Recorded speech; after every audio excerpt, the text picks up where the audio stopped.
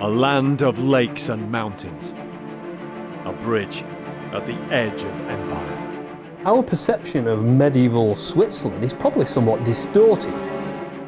Farmers who became soldiers. Soldiers all Europe began to fear. Warriors who held back an emperor. You'd kill them as fast as you could, there's no doubt about it. Medieval war. A roll of the dice. The bones of the dead. You lose, you die, you never go home. It was just a slaughter, it was a disaster. In the shadow of mountains, no quarter asked or given. The skulls of Dornach. The medieval world. The 5th to the 15th century. Tim Sutherland is one of Britain's most experienced archaeologists. He and a team of specialists try to understand medieval life by exploring the realm of the medieval dead. We have a classic view of the storybook medieval life. We don't hear the stories about the common man trying to keep his family alive. Archaeologically speaking, we can now focus in on the medieval dead people. You couldn't help almost look through their eyes thinking, what did they see? How did they die?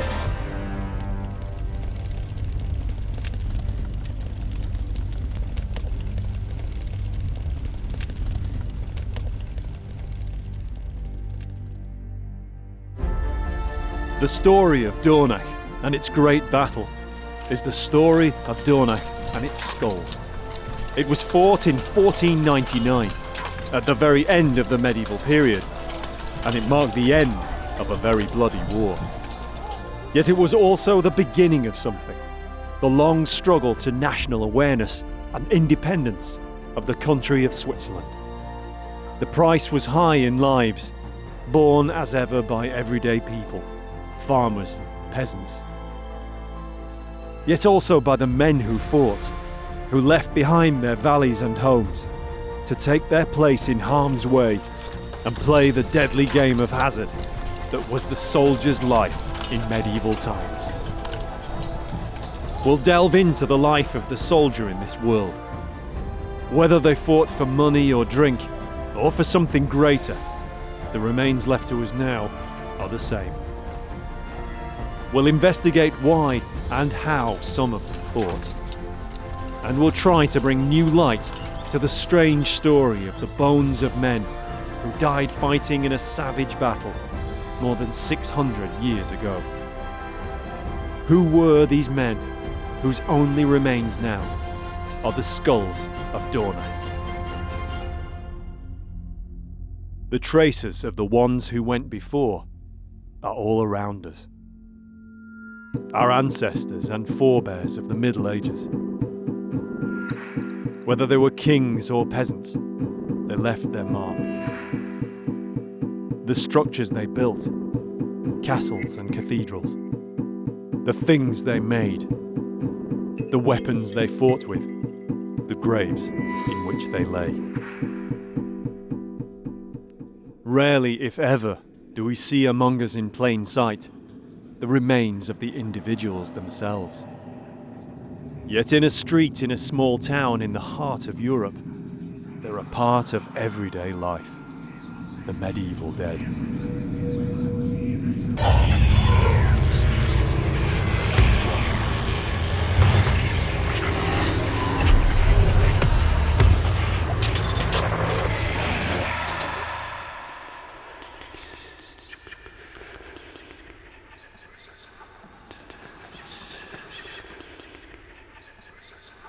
More than 40 human skulls, believed to be some of the dead from the Battle of Dornach. Many of them bear trauma, evidence of weapon injuries. Some, perhaps, causes of death. In itself, it's an arresting sight. As a monument to a medieval battle, it's perhaps unique. Switzerland. A small, landlocked country with a population of just 8 million people. Most of them centred on a plateau bordered by the natural frontiers of the Alps and the Jura. Its larger cities, Geneva and Zurich, are among the most important financial centres in the world. The country itself, one of the most developed. It's the home of the International Red Cross and has a long history of armed neutrality. It hasn't been at war since 1815 and the time of Napoleon. It's still known officially as the Swiss Confederation, a title which originated in the Middle Ages.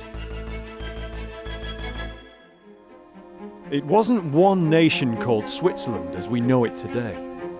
It was a league, an alliance of small territories known as cantons. At the time of Dornach, there were 8. Today, there are 26. Our knowledge of the region is usually hazy when compared with France or Britain or Germany in the Middle Ages. It's got the castles, it's got the big lakes, it's got really beautiful scenery. And people think they probably know more about it than they actually do. And it's only when you get down to the details you realise that it's a place that was quite important in the medieval period. Our perception of medieval Switzerland is probably somewhat distorted, and we don't really know much about it, or I certainly don't anyway. In the great scheme of things, it's quite a small region. It's a mountainous region, but even so, geographically, it's a very small area. And for some reason, in the later medieval period, it becomes incredibly important, and that's an anomaly we like to investigate. Towards the end of the 15th and the beginning of the 16th centuries, the people of this small region had a disproportionate influence on many important events and battles of Central Europe. There was a strength in their character, a belief in the way they were bound together in the face of adversity. You have an echo of this in the Swiss now. I think the Swiss, like the English, owe a lot of their general character to geography. In England, we live in an island, and we've been able to fight off most invaders because we live on an island. And so do the Swiss. They live in a sort of island of lakes and mountains, and by being united and getting all the people together, they have fought off invaders and threats. Tim has come to Switzerland to find out more about this character, the country, and its extraordinary place in medieval history. The Battle of Dornach was the final act in a conflict that began 7 months before. It was called in Germany Der Schweizerkrieg, the Swiss War. Now it's more commonly known as Der Schwabenkrieg, the Swabian War. It was fought between the Swiss cantons and the greatest power in Europe, the Holy Roman Empire. It was called Holy Roman, but the empire was German. Swabia was an ancient region of southwestern Germany, encompassing the areas known today as Baden-Württemberg and Bavaria. It was the homeland of the original Holy Roman Emperor, Charlemagne the Great, and of several historic dynasties, among them the Hohenzollerns and the Welfs, ancestors of the Hanoverians and the British royal family. Most powerful of all were the Habsburgs, whose king, Maximilian I, ruled the empire at the very end of the 15th century. In early 1499, local disputes came about over control of trade routes through the mountain passes between Swabia and the cantons. Argument turned to skirmish, raid, and counter-raid. Swabia called on the support of its Habsburg king and emperor. The smaller cantons locked arms for mutual support as the Confederacy. The inevitable outcome was war. From January to July 1499, fighting raged through the Rhine Valley to Lake Constance. But if the Habsburgs and Swabians were expecting to crush the small cantons, they were mistaken. Again and again the Confederacy took them on, and saw them off.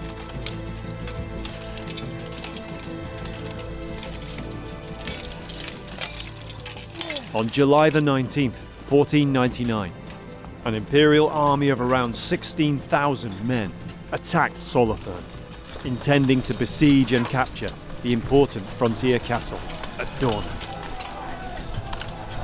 Instead, 3 days later, on July the 22nd, they suffered a shocking, total defeat. No surrender was taken. Even the imperial wounded were killed. Hundreds, perhaps thousands of bodies lay strewn across the landscape, from the castle to the bridge and beyond.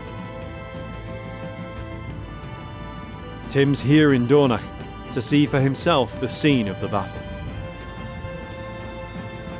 Hans Viertli is the curator of Dornach's museum. He's here to show Tim around. Hello, Hans. Hi, nice to meet you. Nice to meet you. Yes, rather historical place. Yeah. Yeah, okay. So this is the bridge? This is the And- bridge. It's not the original bridge, but the original bridge was a wooden bridge.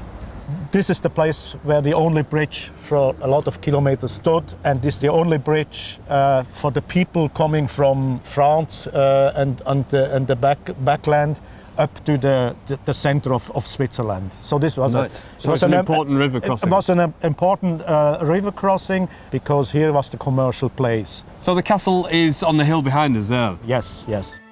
Dornach, or Dornach Castle, dominates the view over the Birs River Valley for miles around. The imperial commander Heinrich von Fürstenberg knew that Swiss cannons up here could shoot down to harass his troops as they approached. Also, the bridge was a symbol of the canton of Solothurn's political autonomy. The commander of the castle was more or less the representative of the state.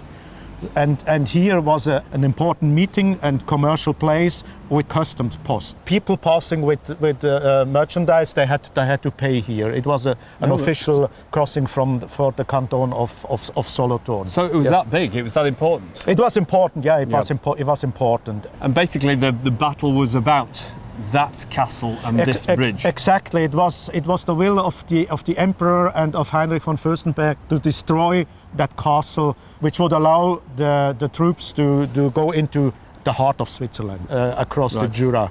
And if you could hold this bridge, you could stop the invader coming in, basically. Stop. And it was the last battle between the Empire and Swiss, but it wasn't really the end of all the struggles between the two parties. Today, Dornach is part of the suburban sprawl, a few kilometres from the busy city of Basel. In 1499, it was a much smaller town. The imperial troops crossed into the town here. Some climbed the hill to establish siege lines beneath the castle. That left many of them with time on their hands. All around here they fell to drinking or gaming in the taverns and their camp. They had no idea that they were gambling on borrowed time.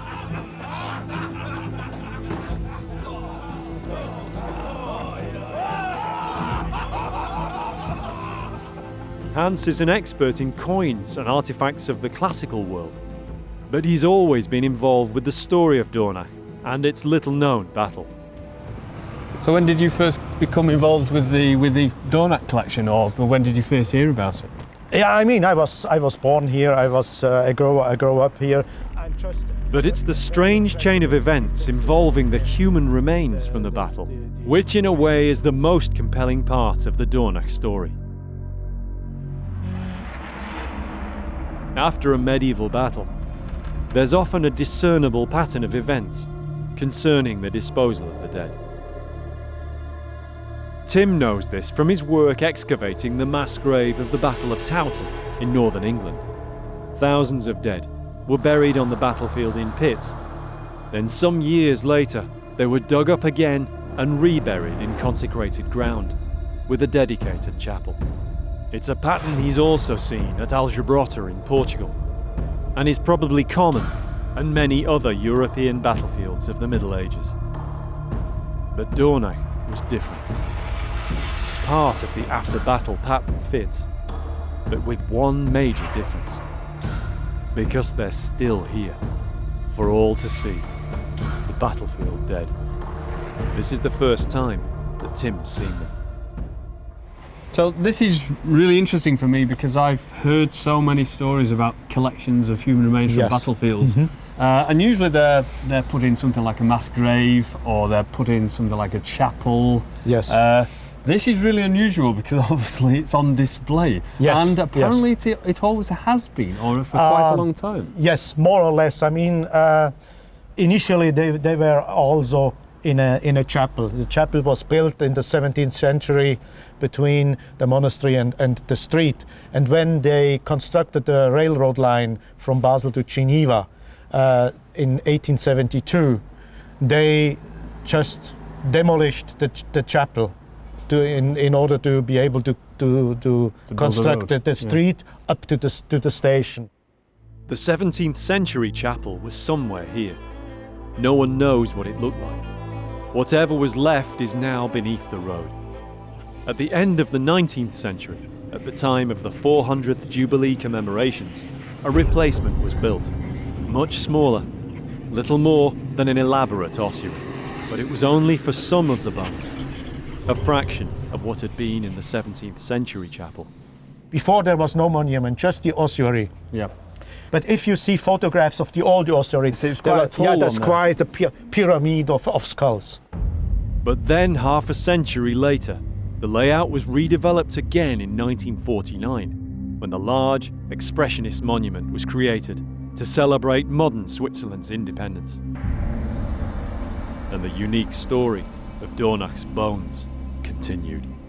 When they built the monument in 1949, that initial ossuary was demolished, and just a few of the skulls were integrated, presented here with the monument.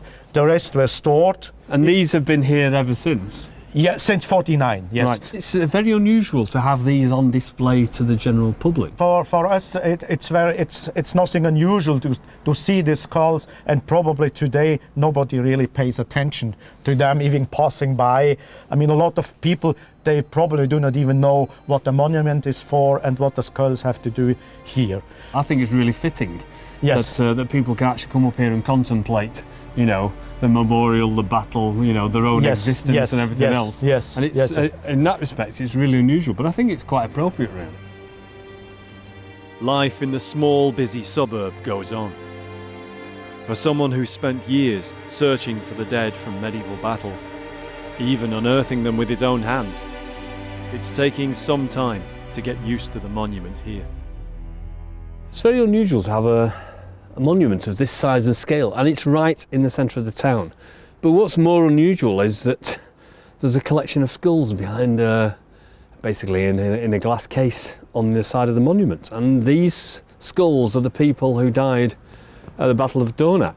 I've heard the stories about the skulls of Dornach. I've read the papers, the archaeological papers. And here they are displaying how they died, basically, and what weapons killed them. You can see the huge sword cuts, slashes across the skulls, and all the depressions and the stab wounds, and it's unbelievable. And to have it on display. One of the interesting questions is who these people are. They're evidently the people who fought in the battle. You can tell that by the skull injuries, but we don't know who they are. Just who these dead represent is a question that will take some answering. As for the mystery of where the rest of them are, Hans has been able to piece together some of the evidence. The regional museum of which he's curator, the Heimat Museum, is based in one of Dornach's oldest churches. After 1949, some of the surplus bones were buried in the churchyard here, marked now by this sculpture. Then, 5 years later, they were on the move yet again. Okay, and then in 54, the bones have been removed and they have been placed in another ossuary down closer to the museum. On the way, they see the churchyard also contains echoes of those earlier, now vanished monuments.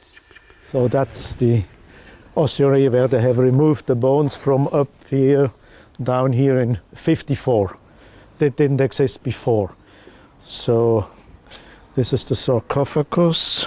So you think the long bones are in here? Yes, definitely, yes. They have been removed from the small monument up there and put here in 54. And it says here, wanderers, they still, here are the bones of the heroes from the Battle of Dornach, 1499.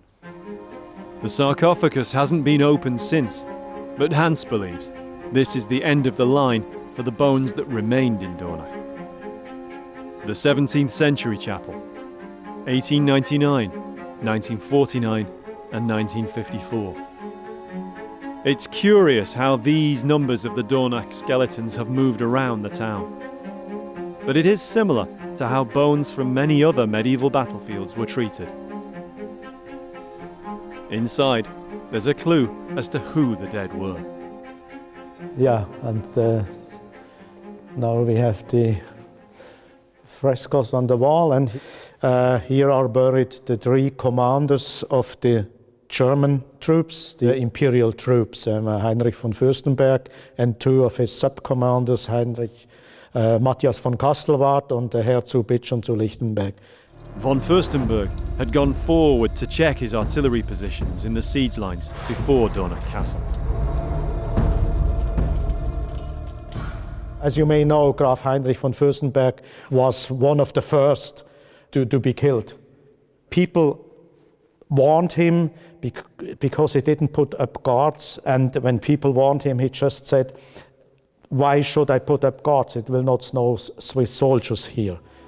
All across Dornach and the German camp, the Empire's soldiers were at their ease. They expected a long but successful siege. When the Swiss commanders saw how careless the German troops were, they were drinking, they were eating, they had music playing, they were enjoying their life, they were swimming in the river.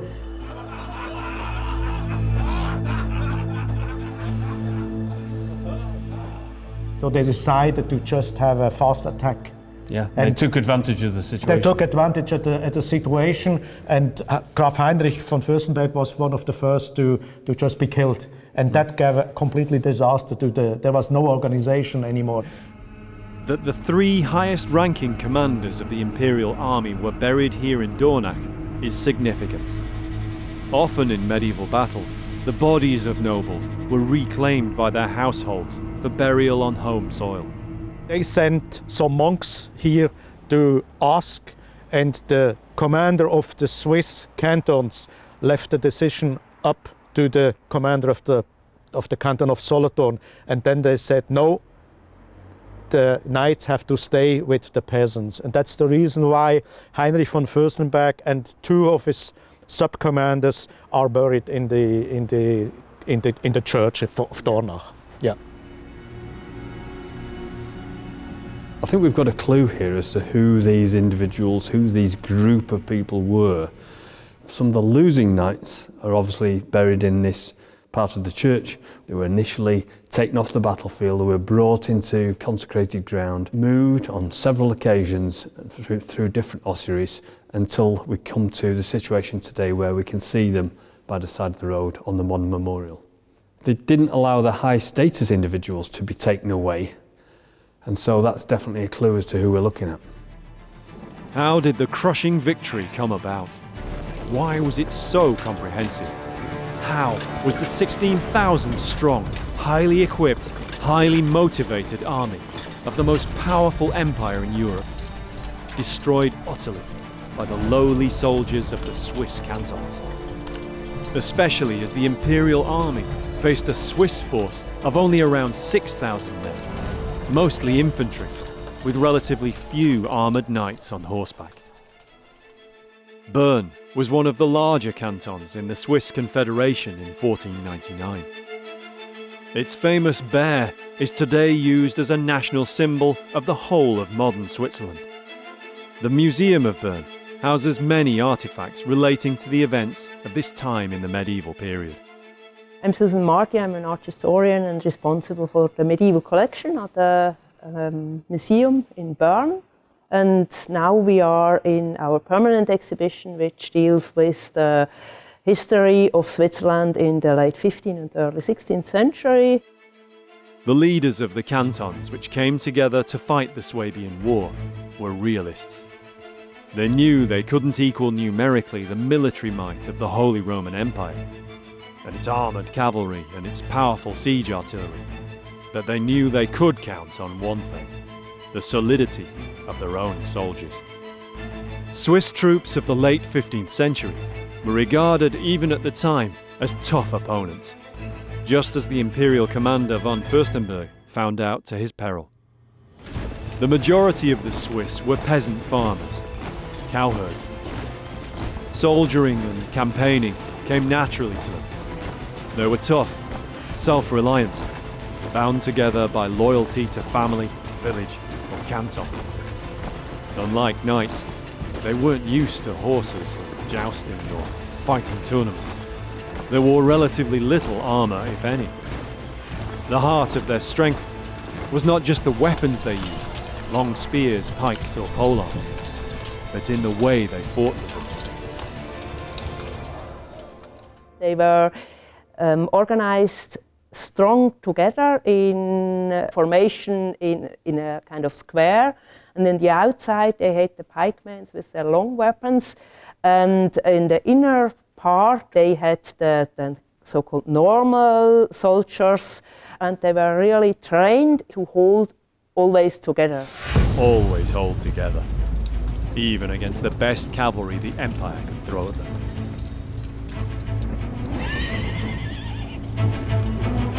Disciplined infantry who hold their nerve, hold their position. They can defeat cavalry if they can keep cavalry at a distance. The man on foot is not at a disadvantage merely because he's on foot.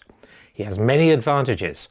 His greatest advantage is when he has numbers, discipline, holds his nerve, and has a weapon which can keep the horseman, whether he's an armoured horseman or not, keep him at a distance, and if possible, kill his horse. And in the harsh economics of war, Swiss infantry armed with just spears or pikes were vastly cheaper than armoured imperial knights. Even the best infantry with the best equipment for infantry are cheaper than cavalry. They don't need so much armour. In fact, they don't want so much armour because they've got to actually carry it and walk in it or fight in it rather than sitting on a horse.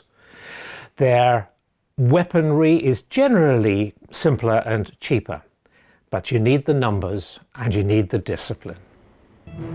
Discipline, but also a cohesion, brought about by a shared culture. Small communities in a mountainous region. Jerry Embleton is a writer and artist. In a career spanning more than half a century, he's created artwork for newspapers, books and magazines, even including classic British comics like Eagle. Much of his work has been as an historical illustrator, and the medieval is one period that just hooked him. It's one of the reasons why he now lives and works in Switzerland. I've worked intensively in different periods, and I tend to, being a little bit mad, go deeply into the things I do. I was commissioned to do some medieval work. I found the subject fascinating. I moved to Switzerland, and on every street corner is a castle. There's wonderful documentation in the Swiss chronicles, which were made by the towns to record all the events. Just a lot of very inspiring sources and a lot of arms and armour. Jerry's illustrations are renowned for their realism and historical detail. To imagine how it actually was for them, you have to step into the world of fiction. But then nearly all history is to a certain extent fiction. We have to imagine how these guys felt. And in the figure making and in my drawings, I need to know what they're wearing, what they're eating, how well they are. Because obviously you can write a list. This man is sick, he was ill all night, he's got dysentery, and he's now facing the enemy for the first time. Or he slept very well last night, He's eaten a good meal. He's with all his mates. They won a victory yesterday. You have completely different feeling. And I believe that's very important. And you can read in the contemporary accounts how a victorious army is going to win another victory, usually. And once they start, there is a momentum. Jerry believes some of this momentum in the Swiss troops was due to the tough, simple background they all shared. Growing up in a mountainous land, every day could be a matter of survival. I think the Swiss, like the English, owe a lot of their general character to geography. In England, we live in an island, and we've been able to fight off most invaders because we live on an island. And so do the Swiss. They live in a sort of island of lakes and mountains, and by being united and getting all the people together, they have fought off invaders and threats. Hardened by a mountain life, reliant on nobody but themselves and their comrades. These were the troops against whom the soldiers of the Empire found themselves pitted. Bern Museum's collection contains a number of the Dornach skulls. They arrived here in the early 20th century, after the pyramid monument was redeveloped, and the rest of the bones went into the church.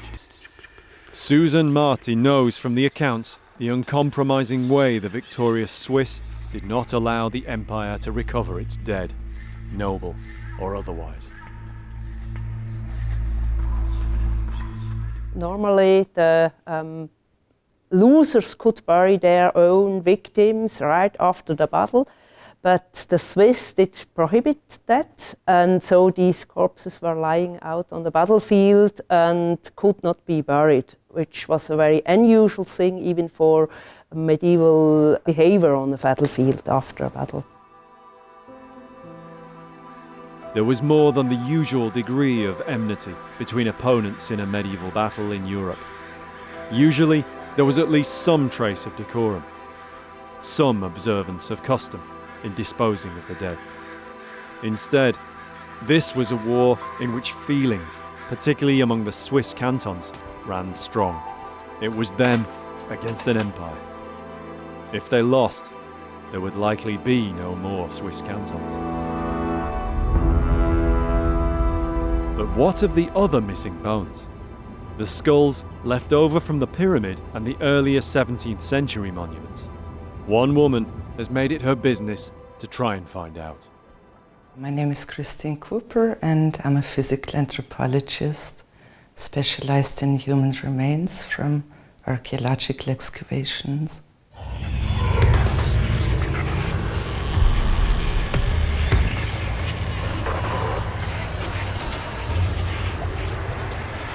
Christine became involved with the little-known story of the Dornach bones through her study of victims of later battlefields.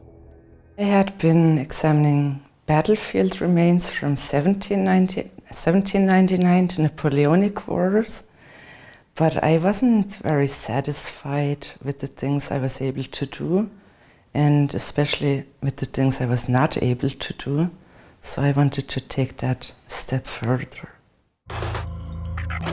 I happened to be in Dornach a long time ago, maybe 15 years ago, and I heard that a battle had taken place. And I asked, well, do they have any human remains? But nobody knew at the time. But since that point, I had them on my mind, and I wanted to get hold of them if they did exist. And it turned out they did. Christine was allowed access to analyse the bones at the monument and Dornach Church. But as for the rest, no one seemed to know where they all were. She had to track them down. Eventually, she located more than 100 more individuals in museums and universities across Switzerland. It took years of work, but Christine was eventually to bring all this research together. I wanted to know more about these skulls of Dornach, especially who these people were and what happened to them in 1499. There are many similarities between Christine's findings and Tim's at Towton. Two archaeological contexts, two battles, hundreds of miles apart. These are some of the skulls that we've excavated at Towton. Obviously there are certain parallels between our assemblage and the work you've been looking at, and some of them are incredibly similar.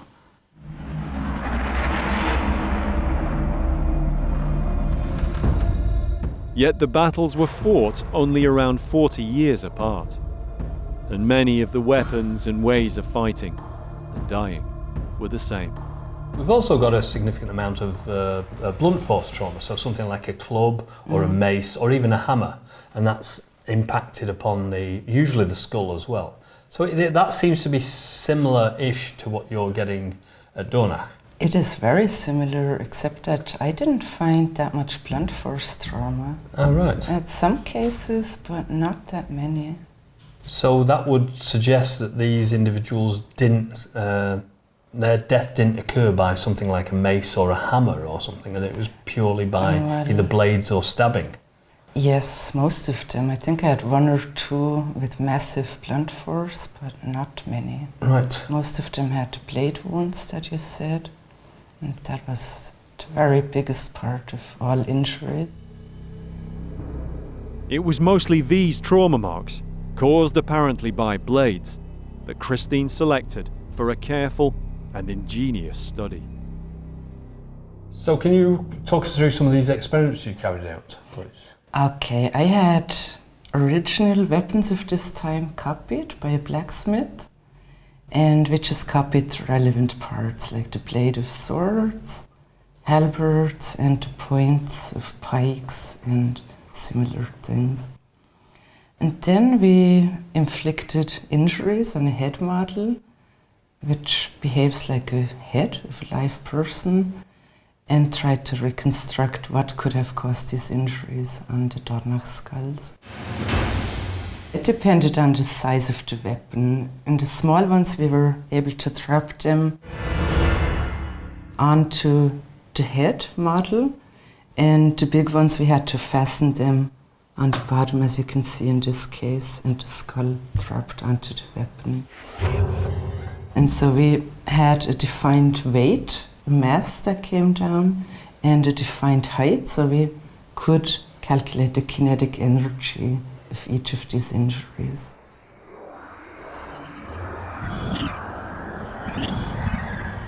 The head model that Christine created was a hollow plastic sphere filled with gelatin to represent the brain. It was covered in a layer of skin made from thin latex. The experiments were filmed at high speed. Most of the results were extremely close in resemblance to the trauma on the skulls. In most cases it was perfect. If we look at one with a blade, you can see that it produces absolutely realistic lesions. And there goes the blade.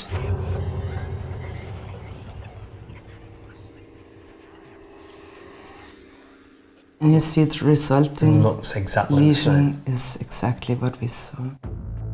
The experiments give a disturbing impression of the brutality of medieval close-quarter combat. Trauma on one skull in particular intrigued Christine. She theorized that it might have been inflicted by a particular kind of weapon, known to have been in use at the time of the Battle of Dornach.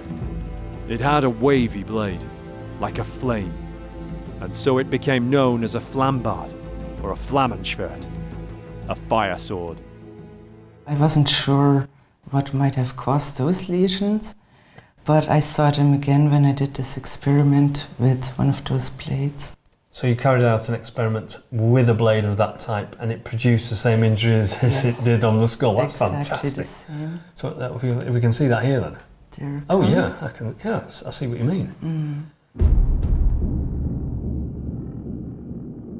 That's very distinctive. I've never seen anything like that before. Yeah.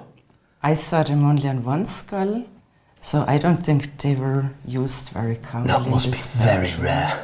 Yes.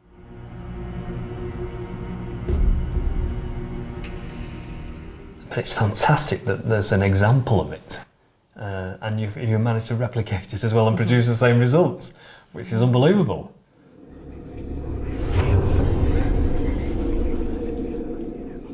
I think that's great. And that's exactly what you saw in the injury. Mm-hmm. If it was too deep, you'd never see that double indentation, would you? So I presume it's under ideal circumstances, or it's just shallow enough to show the double depression and the double cut. So it's unbelievable that there really is evidence for that. I'm really impressed with that, so that's fantastic. Flammenschwerts are often depicted in images from the period, but they were thought to be used just for display or parade. I was told it's more like a weapon to represent, but not to actually use, because it's just too big and too cumbersome. Well, it seems like they used it anyway, sometimes. I can't believe you've got evidence of that. When you find something archaeologically, then you've reproduced the classic experiments and produced exactly the same results. But to have the osteological evidence in the first place is unbelievable. And it must be incredibly rare. It was fascinating. I mean, every time when I saw one of these lesions appear that looked realistic, it was exciting because I knew I had found something more to help explain all this stuff. Of all the blade trauma on the skulls, however, only a few of the injuries were likely to have been fatal blows. Without the rest of the skeletons, it's impossible to know exactly how these men died. But one thing's for certain, their last moments were bloody, brutal, and perhaps frenzied. The petrifying last instants of men on the losing side who knew surrender was impossible. These were the individuals, the men behind the anonymous masks left to us now, the skulls of Dornach. Imperial soldiers, Germans, perhaps even Swiss, from cantons not yet part of the Confederation. United in one respect, they were the losers of a battle, left unburied by the victors, and displayed for centuries ever after. At the time, perhaps, it was a warning to others who might try to follow in their footsteps. This was the very early dawning of the national identity, the independence of the region, which would one day become Switzerland. To us now, like all war memorials, it's a reminder of what havoc mankind is capable of wreaking, in war medieval or otherwise. Dornach Castle, on the heights overlooking the battlefield. Yeah, so here you can see the whole battlefield, and From here, the defenders would have seen the Imperial troops utterly routed by the Swiss. So too would they have seen the bodies of the defeated soldiers, left in their many hundreds, exposed to the elements for months, years after the battle. It's difficult not to think about the individuals that get caught up in a battle such as this. We've seen how graphically some of them were killed. We've got extensive skull trauma. The victors obviously disperse, and the victims, they're left behind. Everybody else will go back to their homes, but for these people, they will be forever associated with the Battle of Dornach.